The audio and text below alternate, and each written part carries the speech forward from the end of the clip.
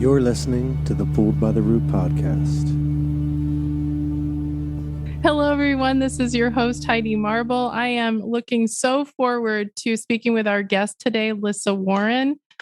Lissa and I met through an author, and she reached out to me to have her author come on to our podcast. She is a publicist, and she has an amazing body of work. And our private conversation was so helpful to me. And I know in our community, we have so many writers. So I wanted Lissa to come on and to help all of us who are struggling in the writing world. I would like to read you Lissa's bio. Lissa Warren has worked at several Boston publishing houses, including David R. Godine, Houghton Mifflin, and Perseus Publishing. She most recently served as Vice President, Senior Director of Publicity and Acquiring Editor at Capo Press, an imprint of the Hachette Book Group. In January of 2019, she established Lissa Warren PR, which focuses on publicity for authors and books. The author of The Savvy Author's Guide to Book Publicity, she has spoken about publishing for Virginia Festival of the Book, Lesley University, Publishers Marketing Association, the American Society of Journalists and Authors, Publishers Association of the South, BookBuilders of Boston, ForeWordmagazine, Grub Street, the New Hampshire Writers Project, the Cape Cod Writers Conference, and the Adirondack Writers Conference, among others. In addition to teaching at Emerson, she is on the advisory council of the Southern New Hampshire University's M.F.A. writing program, serves on the advisory board at Beacon Press, and blogs about publishing for the Huffington Post. Mrs. Warren's poetry has appeared in Quarterly Weekly, Oxford Magazine, Black Warrior Review, and Verse, and she's a poetry editor for the literary magazine Post Road. Her latest book, a memoir called The Good Luck Cat, How a Cat Saved a Family and a Family Saved a Cat, was published by Lyons Press in October of 2014. Oh my goodness, Lissa, what a beautiful, beautiful bio. Thank you so much for being here. It's my absolute pleasure to join you, Heidi. It really is. Oh my goodness. Well, as I stated earlier, our private conversation was so meaningful to me. And the whole time I'm thinking, everyone needs to hear this because, adopted people, our stories have been hidden and they're secret. And so many of us want to tell them. And so many of us labor, as other writers do, to get our stories out of our body onto paper, and then to try to go out into the world where there's so many options and figure out the path. So I think it'd be really fun, though, to start with your personal journey because you clearly have 2 published books. Can you tell us a little bit more about your struggles and your triumphs as a writer and how your books became reality?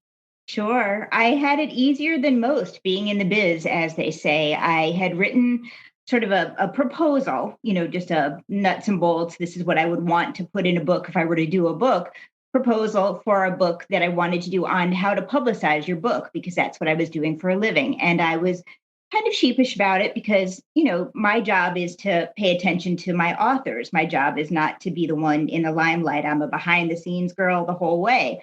So I walked down the hall to an editor friend of mine one day when I was feeling really courageous, and she was a super nice person, Marnie Cochran, one of our editors. And I said, would you mind looking at this proposal that I put together? Like, I think I have a valid-ish idea for a book, but can you just honestly tell me if I'm crazy? And she took some time, looked at it, and she's like, you're not crazy. This is a book. There are people out there who are published authors who need to know how to get the word out about their book. Like, there is a need for this. And I was like, okay, great. What do I do next? And she's like, you need a literary agent. And I'm so glad that she told me that that's what I needed and that she believed in me and the book. And she then said, I know a few people who represent these kinds of books as literary agents. I'll put you in touch with one of my favorites. She did. And I got all excited thinking, oh my gosh, this is going to be it. And then I got the nicest rejection letter ever from that agent. And that happens all the time, you guys. I mean, that's publishing for you. But she said, I'm not the right agent for this book. I really am not doing so many of these, news you can use about writing and publishing books these days. But I have a colleague who's an agent down the hall who might be interested. Do you want me to pass it along to him?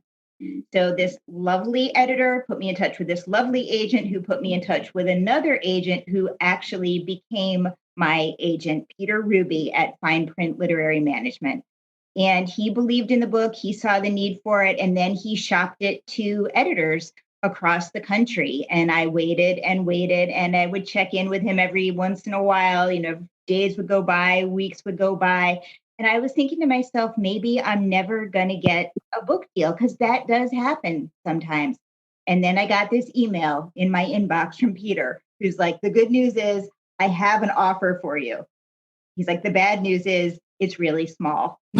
But and by really small, he meant not a small publishing house. It was a very good publishing house. I was very excited about that. But they weren't offering me a big advance, which is the money that authors get up front for their book.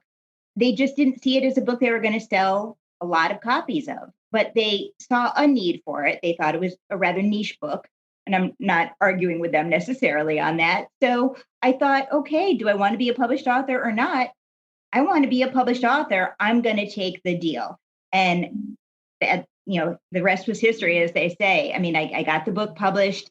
It enabled me to give talks at many of the places that you mentioned in your introduction of me. Thank you for that, by the way. And then it also got me a teaching gig. I was able to use that to get a teaching gig in the writing, literature, and publishing program at Emerson College. And I've been doing that for the past 18 years. And you know what? In addition to a wonderful additional income for me, like some people drive Uber, I teach, it gives me my health insurance. So when I started my own company, I was okay. I was covered because I had my health insurance through Emerson. So that first book that I published was an absolute godsend for me. It really was. And then 10 years went by and I thought I'd really, really like to write another one, but I want it to be more of a narrative this time. I want it to be not just news you can use. I want it to really be a story. And so I did a proposal and I sent it to my editor thinking, oh God, this is to my agent rather, thinking this is never going to happen. This is really a long shot. I have really no credentials to write this kind of book. And he got back to me and said, well, I'll try. And he shopped it. And a few weeks later, I got another very small offer, but I took it because I wanted to get my story out there. And that book became The Good Luck Cat, which is a memoir that I wrote about my family. Lissa, that was such a beautiful answer. There's a couple of points in there that I really want to dive in with you. So I feel like the moral of the story is to have a broader view, that if you get a deal or you get interest, it's really not just about the book. It's about the opportunities that surround the book. And I think for our community, the reason I wanted to do this interview is because we really are trying to change the narrative of adoption and what society thinks. And I think the more people that can have publishing and get out there and have their stories grow, that's where I believe the ripples of change will happen. So I think, as I told you in our conversation, the struggle is real. And if you go down a path and spend all your money and your energy and your time, you may not end up going anywhere, which that's what I hope we're going to prevent with your knowledge base. So did I get that right? Yeah, absolutely. I think what you're alluding to, if I'm understanding you correctly, is self-publishing. And the fact that the two books that I had published were with regular trade presses, and trade just basically means like the kind of books you'd buy that are pleasure reading or books for information, but they're not textbooks. And I published with regular traditional presses. I did not go the self-publishing route. Had I not been able to get a literary agent, had I not been able to get 2 book deals, would I have done that? I hope not, in all candor, because it is a tough process and we can certainly talk more about it. But I think that is something that your listeners are really going to have to think about. How bad do they want a book to be out there? Do they want it so bad that they're willing to pay for it rather than get paid for it? Because normally when you get a book published, you get paid for it. You don't have to shell out money for it. Well, yeah, and that was part of our conversation because I think, no one likes to be rejected. Right. But Lissa, people in the adoption community, we're like way over the top with any sort of abandonment or rejection. So putting out personal stories, you really have to anchor yourself and be prepared for all the rejection. What I always tell myself is you just need one yes. That's so true. So, That's so true. And then you were talking to me too about a timeline, and I'd like to talk about that too, and then really dive into self-publishing because I learned a lot from you on that. So what you told me is to give myself a fighting chance for 6 months, and that feels reasonable. Can you talk to me about why you gave that advice? Sure. I think too many authors or people who want to be published authors don't give themselves enough time to work the process that has to be worked in order to get a book deal with a traditional publisher. It isn't as easy as just sending your manuscript, your fully written book to editors. And that's because of two reasons. One, for nonfiction, editors acquire books on proposal. They don't want to see the whole book. They actually just want to see a couple sample chapters and some information on your background and how you would promote it. So, you should take the time to put a proposal together and then try to find a literary agent. And you also have to realize that it takes time once you've found a literary agent for them to find an editor to acquire the book. And then it will take many months after that, or even years, to actually have the book be on shelves in bookstores. But it is a many-step process. And I feel like too many authors don't take the time to put a good proposal together and don't take the time to try to find a literary agent. The good news is, even though the literary agents kind of are gatekeepers, if you find a literary agent that's willing to represent you, there is an excellent, excellent chance that they are going to be able to find an editor to publish your book. The reason that chance is so good is agents don't charge you for being represented. So they're going to take a cut of whatever advance they're going to be able to get for you. Think of it almost as a commission. So they know that if they agree to represent an author or a book and they can't find a home for it with an editor, they get paid a big fat nothing. So they are very choosy. So if you get an agent, you're pretty much assured of a book deal. I mean, there's no guarantees, and it might be a small deal, as it was for me twice, but you're off to the races once you can find an agent. So invest in time to give yourself a chance to find that agent. They're the gatekeeper, but once the gates open, you're off. That's great advice. Listen, and I must confess, I have this little metaphor in my head where I go to the graveyard of my broken dreams. And it's like, at what point do you have to say, okay, I'm going to. This isn't going to happen the traditional way. And yeah, we all, and you know what? I should mention this too, Heidi. I mean, it's not all, sweetness and light for me. I did at one point send my agent an idea proposal for another book, and he shopped it to dozens of editors, and he never found a taker for it. They all said, oh, this is too similar to what's already out there. We don't see it as being unique enough, pass.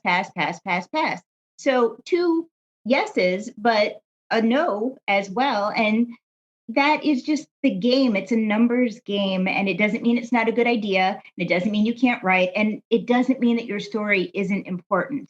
It just means it may not be commercially viable. It's a money thing. It doesn't mean that you as an individual or your life story aren't worthy of being shared. It just means books are commodities, and they just might not see a way to commodify it in the way that they need to make a profit and loss statement work. I mean, every editor, when they are thinking of acquiring a book, they have to do a profit and loss statement to make sure that they're going to make enough money on that book to spend their time on it, the designer's time on it, the copy editors, the proofreaders, the cover designers, the whole process. So it's math involved in this lovely world of words in which we try to cocoon ourselves. Yeah, and we could go on a whole nother podcast about how much I dislike math. Except 20% off. I like that. Ooh, yes. Any discounts are fine. Oh my goodness. So yeah, obviously it's a business for sure. But if you get to the point where it's becoming really clear, you've given yourself an amount of time to try. Yep. And now one of your choices is self-publishing, which I thought was a really viable choice. And it was so interesting to learn from you all of the setbacks in doing that. Yeah. Can you explain what you explained to me, please? Sure, you bet. I do want to say first of all, that I don't think people who self-publish are crazy. And I don't think that people who self-publish are stupid. And even though self-publishing has the term vanity press associated with it, I don't think people who self-publish are vain in the least. I think they're usually people who either don't know how to play the publishing game, which is get an agent, let them get you a book deal, or they're people who just have not had luck finding a home for their book, for their manuscript, and they just really, really, really want their story to be shared because they believe that other people will benefit from it. So I get why people self-publish. I truly do. But I want people to go into it with eyes wide open, and I don't think that enough authors really do that. When you self-publish, as I mentioned previously, instead of getting paid, you have to pay. What do you have to pay for? Well, it depends on the self-publishing company that you sign with, and it depends on what their structures of fees and such are. But things that you might end up having to shell out money for include having the book edited, meaning somebody that, makes the prose sing and shifts some chapters around and just makes it a better book. Having somebody copy edit it so that you're not seeing inconsistencies, typos, grammar trouble, proofread it so that there aren't any typographical nightmare things. You might have to hire somebody to design the interior of the book so that you have a nice shell, a blueprint that all of the text can then be flowed into so that it looks like a book inside. You might have to hire somebody to design the cover of the book. And those people aren't cheap because they are artists. Really the good ones are, and they cost a pretty penny and they deserve to be compensated for their art, just like authors deserve to be compensated for their art, their words. And then your publisher that you self-published with may or may not, and probably doesn't, have a person on staff that does the marketing of the book for you. So you might need to hire a marketing specialist. And they probably won't have somebody on staff that is a publicist. So you would need to hire somebody like me, who is a freelance book publicist. We ain't cheap either. Mm-hmm. Then you have to go and you have to hire somebody who distributes your book for you and reps your books into the bookstores. Now, some publishers, self-publishers, do have that. They have that component of it, but not all of them. So there are a zillion and one ways that you can get duped for money. Not all self-publishers require you to pay for all of the things that I just mentioned. Some do. So you need to go into it and say, okay, if I'm paying you, what exactly am I getting for this? Are you paying for the paper that your book is going to be printed on? You've got to ask all of those questions. There's no end to the questions you have to ask. And you might find that it is not going to produce a book that is aesthetically as beautiful as you would like. Also, they don't always do hardcovers when you self-publish. Sometimes they do them as paperbacks. Again, it varies publisher to publisher, but some use a printing process that only allows for paperback to be used, to be created. So if your dream is of having a hardcover book, that might not be a possibility depending on which self-publishing company you use. And I use the term self-publishing, but just so everyone knows, the term hybrid publishing is used a lot too. And self-publishing, you pay for all of it, and you have to create the name of your company, even like that goes on the spine of your book. Whereas a hybrid publisher, sometimes they pay for a bit more of it, so you have to pay for a bit less of it, and the name of their company would go on the spine. So if you are going to go the self-publishing route, I recommend you do a hybrid self-publishing rather than a self-publishing. It'll cost you a little bit less, and they probably have more oomph in the marketplace because they're a company that has name recognition instead of the name of the press that you named after your childhood dog or cat or whatever it might be. So anyway, those are fantastic points. And I'm learning more from you than I did on our first conversation as well. It's all layering. Also, we talked about distribution when you self-publish. And that was one, I see Amazon, you can self-publish. And I'm thinking, oh, worldwide. But right. No. No. That's the thing. Depending on who you self-publish with. I mean, if you self-publish with Amazon, that's where people are going to be able to get your book and nowhere else. It's not like Amazon is selling it to Barnes & Noble. That's their competition. It's not like Amazon is selling it to the independent bookstores. They're busy killing the independent bookstores.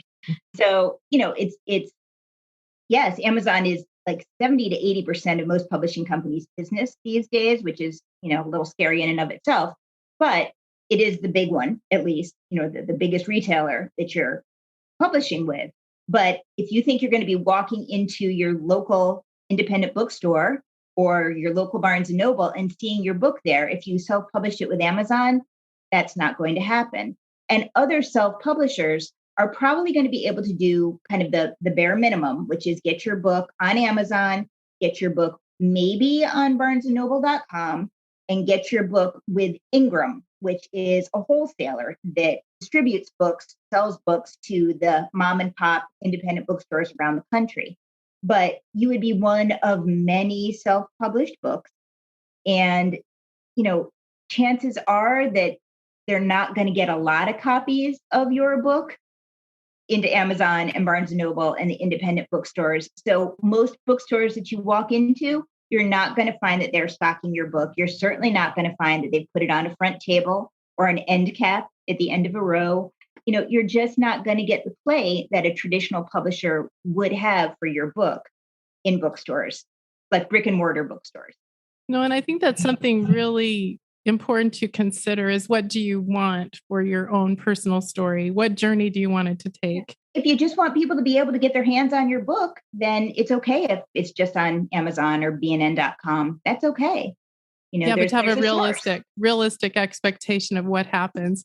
The other thing that I really got into deep with your book and a conversation with you is self-promotion, dealing with the media.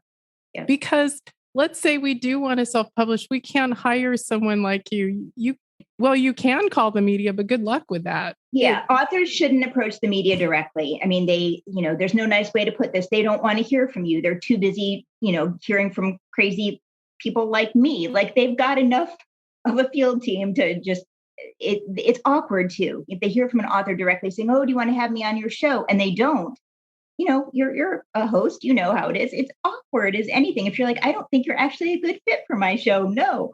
So you need to have a buffer. You need to have a publicist reaching out to the media for you. When a book is self-published, there are some media outlets, especially the A-list media outlets, that will not have a self-published author on their show. And it's lousy. And occasionally I'm able to, and I do, sometimes promote really good self-published books that if the author just had a little more time to try to find an agent, they probably would have ended up with an editor falling in love with it at a regular press. I do occasionally represent them, but when I do, I know that when I'm pitching the Wall Street Journal, the New York Times Book Review, the answer is going to be no. They don't review self-published books. They don't have enough space for to review all the traditionally published books that they want to review. And same with really A-list radio, like national public radio shows, Fresh Air, Morning Edition, All Things Considered, On Point, all those great shows. They're not likely to have a self-published author on. They don't even have enough airtime for regularly published authors. So it's giving the media an excuse to say no. Mm-hmm. And you don't ever want to do that. So there is that practical side of things to be aware of. You're going to get less media for your book if you self-publish. It's just the way it's going to be. That's a hard reality. Luckily, I do think the internet has become, websites and all of that have become a way for people to be able to get their message out. What is your feeling if it isn't an option, which is clear for many people to afford a publicist? Yep. And then even if you're self-published and you have a publicist, they're still going to get the no for the reasons that you just stated. So what does one do, Lissa, if finances are an issue, but you still want to try to push? The good news is there are still things that you can do. And I talk about that some in my book, my first book, The Savvy Author's Guide to Book Publicity. One thing that I'm a huge believer in is writing op-ed pieces. So you could write an op-ed, you could submit it to a newspaper or a major website like the Daily Beast or Salon or Slate or one of those, and see if they would be interested in running it. And there are other really good outlets too that are, a little bit more under the radar, but do excellent pieces like on WBUR, the NPR affiliate in Boston. They have a blog called Cognoscenti, and they have like 700 or 800 word pieces that are original pieces. These can't be excerpts from your book. These have to be, fresh articles starting with a blank page kind of thing. But they publish pieces that are just tied to the news in some way, shape, or form, reflecting on the news. So if there were some law that passed that's about, a donor registry for, people who were conceived from sperm donation or something like that, that would be the jumping off point that a clever author could use to write a 700-word op-ed piece and submit it to WBUR's Cognoscenti or the Daily Beast or the New York Times or the Wall Street Journal or the Washington Post. Now, they get a lot of submissions, so there's no guarantee. But if the stars align and they do take your piece, at the bottom of your article, it will say, so-and-so is the author of such and such. And that will generate sales for your book. And what's more, that might make some radio producers or TV producers sit up and take notice and be like, ooh, that was really interesting. I wonder if we could get them on our show, talk about that issue. So one thing leads to another. Can you publicity begets publicity? I always. Yeah. So Lissa, can you define op-ed for people that might not be familiar with the terms? Sure. It is just a piece where you kind of get on your soapbox and you give your view on an issue, and then you support your view.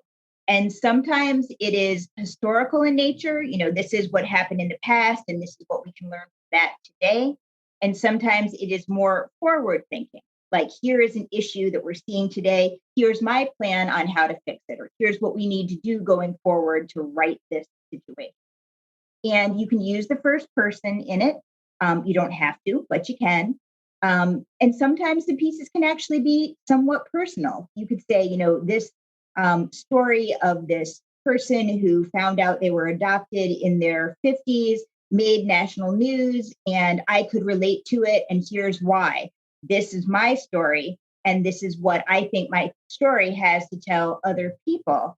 And that is that we need to tell our children when they're adopted, have it be something that they grow up with their whole lives knowing, so that there's never a shocking moment when they're older, whatever it might be. So you can think about what's going on in the world that you can comment on, and then comment on it in an op-ed piece. And you're going to submit it to the op-ed sections of newspapers, where if you're having your morning coffee someday, just kind of flip to that section. It's not the section everybody goes to immediately, but there are those of us who love op-eds. And you'll see submission guidelines for all of the newspapers and all of the major websites right on their website. There's no guarantee that they'll take it. If they do, though, they oftentimes will give you some money. Maybe it's even just a couple $100, but it's a little something, which is nice. No, that's such wonderful advice. I would have never thought of that. So yeah, thank you for that. Sure. So Lissa, kind of going a little personal here with you, because you are a writer and you're a poet, you understand very deeply what it is to put your work out there. It's literally like putting your soul on paper. Oh, it is. Especially if you write a memoir. Yeah. Yes. And so what advice can you give from your own lived experience about how such a vulnerable community like ours, who really wants to reach out and put our stories out there, obviously having realistic expectations is really helpful. But what did you do and what can we do to really steady ourselves and to keep going and to not give up and to know when to go one way or the other? I think the most important thing is, think of this as your hobby, and don't make it so that your financial well-being is dependent at all on getting a book published, because that just amps up the pressure on you hugely. And so, don't quit your day job to write your book. Keep your day job, write nights, write weekends, write early mornings, do whatever you have to do. If you're truly meant to be a writer, you will find the time, you will find a way to do it. So that's piece of advice number one. And I would say that for any author of any book, not just someone writing a memoir. The other thing you have to remember is that, everyone's story is special to them. Everyone's story is special to the people in their orbit. But the key to getting a book deal with a traditional press that pays you for the book is to make your story universal somehow. So my advice would be to everyone, look for what in your story is universal. What in your story will other people who don't even know you, what will they connect to? It could be people who aren't adopted. that are still able to connect to you because your book talks about the importance of family in general. And so anybody who comes from a close family or doesn't come from a close family, but has always wanted one, might be able to relate to your book. So look for those universal threads. It's funny, but you have to remember a memoir, it can't be about you. And I know that's crazy sounding because you're like, it's a memoir, it's my story. No, a memoir has to be for your reader. You're sharing your life for your reader, not just for yourself. Yes, writing a book is cathartic and it can be a catharsis. And I think there's value in that. If maybe you just need to get your story down on page to kind of get your thoughts together and cleanse yourself of whatever, there's value in that too. That doesn't necessarily mean that it's publishable. It's only when it becomes universal that it becomes even possible to find an audience for it, has been my experience writing a memoir. Oh my gosh, everybody needs to underline and highlight all of that. Yes, Lissa, that makes so much sense to me. Well, speaking of family, you were so kind to say that you would read a poem that you've written, and I'm just really excited. I think this would be a great time for that. If you have it in front of you, that would be awesome. I do. And can you give us a little history on it too, please? Sure. So my father, who is very, very close to, passed away of a heart attack. And shortly after that, this was about 12 years ago, I'm an only child, super small, close family, only child of an only child, like tiny, tiny little family. But family has always just been everything to me. So when my dad passed away, it was, understandably a very big adjustment in my life. And my dad had a cat that I had gotten for him to keep him company when he retired. Her name was Ting Pei, which she was a Karat from Thailand. And when we named her Ting Pei, we thought we were honoring her heritage. It turns out that Ting Pei in Thai means trash can. So, and she was gray. This is her on the cover of the book. So kind of looked like a silver so pretty trash can. She's beautiful, beautiful girl. Anyway, so I got this cat for my dad. And so, I took care of her after he passed away. And then one day she passed out. And to make a very long story short, she needed a human pacemaker in order to stay alive because she needed a pacemaker and they don't make them for cats. But there was one hospital here in Boston, Angel Animal Medical Center, that performs, pacemaker surgery on little tiny 7-pound cats. And it's like a big human pacemaker. They're not super small. So they performed the surgery and they saved Ting, and we got many more years with her. So this book is that story of her healing and my mom and I healing through taking care of her, knowing that's what my dad would have wanted us to do, and healing, as much as one can heal from the loss of, for her husband, and for me, my dad. So that's what my memoir is about. And I tried to make it universal. I tried to make it a book that anybody who loves a cat or even a dog or a ferret or whatever could relate to. It's that love of another species that just becomes family too. But then I also wanted to have a lot in there just about, families that are super close and love each other, and grief and what the grieving process is like. So I tried to put it all in this book.